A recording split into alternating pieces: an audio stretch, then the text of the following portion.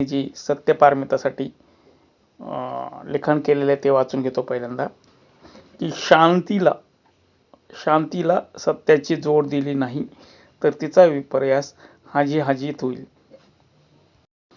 पुन्हा वाचतो ही ओळ. शांतीला सत्याची जोड दिली नाही तर तिचा विपर्यास हाजीत होईल. मालकापुढे शेपूट हलवणाऱ्या कुत्र्यात जेवढी क्षमा दिसते ते बरे, परंतु ती खरी क्षमा नव्हे. तिला लागून चालन किंवा हाजी म्हणतात.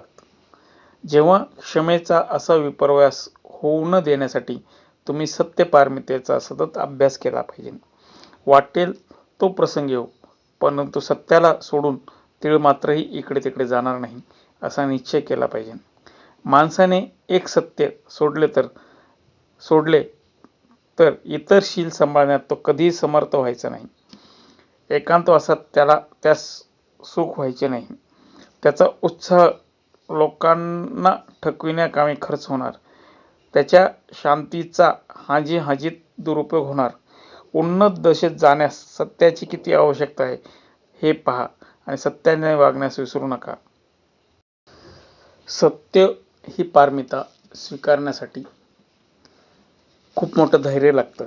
आता मला आठवलं की सूर्य उगवतो हे सत्य जगातला कुठलाही धर्म नाकारू शकत नाही. हे असं त्रिकालाबाधित सत्य असतं. सत्य नेहमी सत्यच असतं.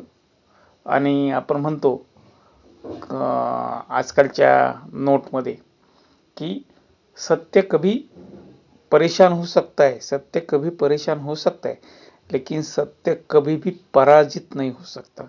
हे एक वाक्य आहे. कारण तुम्हाला एक घटना माहितीच असेल की माझ्या मते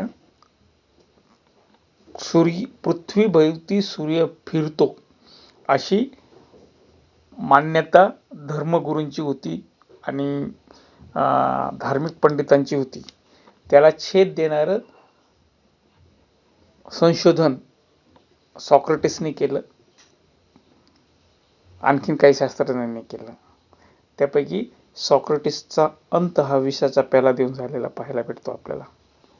आज तुम्ही सांगा, सत्यासाठी विषाचा प्याला प्राशन करणारा सॉक्रेटिस सगळ्यांना आठवणार, पण ज्या लोकांपुढं सॉक्रेटिसनी किंवा ज्या लोकांनी सॉक्रेटिसला विष पाजलं अशा एकत्रित माणसाचं नाव आज कोणाला माहिती आहे का?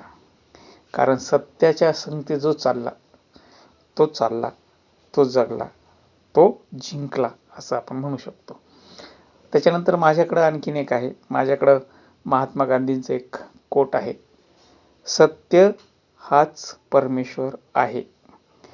हे कोट मी माझ्या मते 84-85च्या आसपास, ज्यावेळेस मी 10वीला आणि त्याच्या आसपासच्या कालखंडात होतो, त्यावेळेस एका पेपरमध्ये छापून आलं आणि मी ते कट करून ठेवलेलं आहे.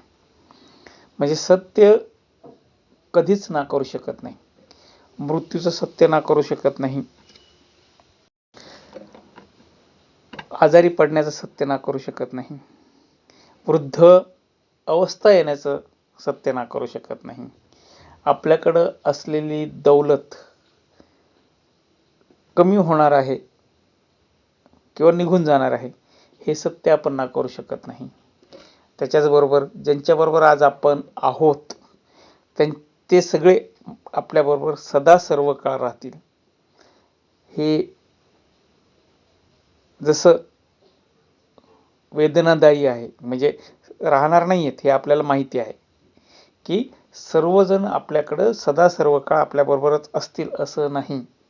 आणि हे जाणणं म्हणजे सत्याला जाणणं आहे. आणि सत्य नेहमी परेशान होत आहे, लेकिन पराजित नाही होत आहे. आणि म्हणूनच एक दिवस आपल्याला सगळ्यांना सोडून जायचं आहे किंवा कुणी ना कुणी आपल्याला एक दिवस सोडून जाणार आहे. हे सत्य जेवढं बोचरं आहे तेवढंच खरं आहे. म्हणून जोपर्यंत आपण सत्य पारमितेचा जिंकत नाही, सत्य पारमिता, तोपर्यंत आपल्याला आपल्या शांतीच्या पारमितेला अर्थ राहत नाही. सत्य केव्हा समाधान पावतं तर सत्य समाधान तेव्हाच पावतं ज्यावेळेस आपल्याला सत्याची काय म्हणतात त्याला प्रेझेन्स भेटतो, सत्याची उपस्थिती भेटते आणि प्रत्येक क्षणाला सत्य आपल्याबरोबर असतं. सत्याशिवाय एकही क्षण नाहीये, कारण श्वास चालतो हे सत्य आहे, धमन्यात रक्त वाहतो हे सत्य आहे, मी जिवंत आहे हे सत्य आहे, जग चालू आहे हे सत्य आहे. प्रत्येक क्षणाला सत्याशिवाय ह्या जगामध्ये अस्तित्व नाहीये. आता हे सत्य जे आहे, आता व्यावहारिक दृष्ट्यातलं सत्य जर म्हणतात तर आपण कोणाच्या जर काय देणे घेण्यातलं असेल तर ते तिथं सत्यतेची आपली प्रचिती येत असते. कोण आपल्याबरोबर सत्य वागलं, कोणाबरोबर आपण असत्य वागलो हे आपल्यालाच माहिती असतं. तर सत्य हे नेहमी काय म्हणतात त्याला उज्ज्वल असतं, प्रकाशमान असतं, ज्यामुळं तुम्हाला कधीही अंधारात चाचपडायची वेळ येत नाही, कारण सत्य नेहमी प्रकाशित करतं ह्या जगाला. सत्य नेहमी प्रकाशित करतं ह्या जगाला आणि म्हणून जो सत्याच्या सोबत चाललेला असतो तो अंधारात कधीच खेचला जाऊ शकत नाही, कारण सत्य हे नेहमी उज्ज्वल असतं. अशा प्रकारे सत्याचा मागोवा घेणं, सत्याचा धांडोळा घेणं, सत्यासोबत राहणं हा मानवी जीवनाचा, मानवी पारमितेचा, बोधिसत्वाच्या पारमितेचा महत्त्वाचा अंग आहे असं मी म्हणेल. जेव्हा आपण सत्याला ओळखू शकतो, सत्य ओळखू शकतो, त्यावेळेस आपल्याला बाकी कुठलीही ओळख ठेवायची गरज पडत नाही. तसंच ज्यावेळेस तुम्ही शीलवंत होतात, ही गोष्ट जशी हळूहळू वाऱ्याच्या विरुद्ध दिशेलाही जाते आणि तुमच्या शिलाचा सुगंध दूरपर्यंत पसरतो.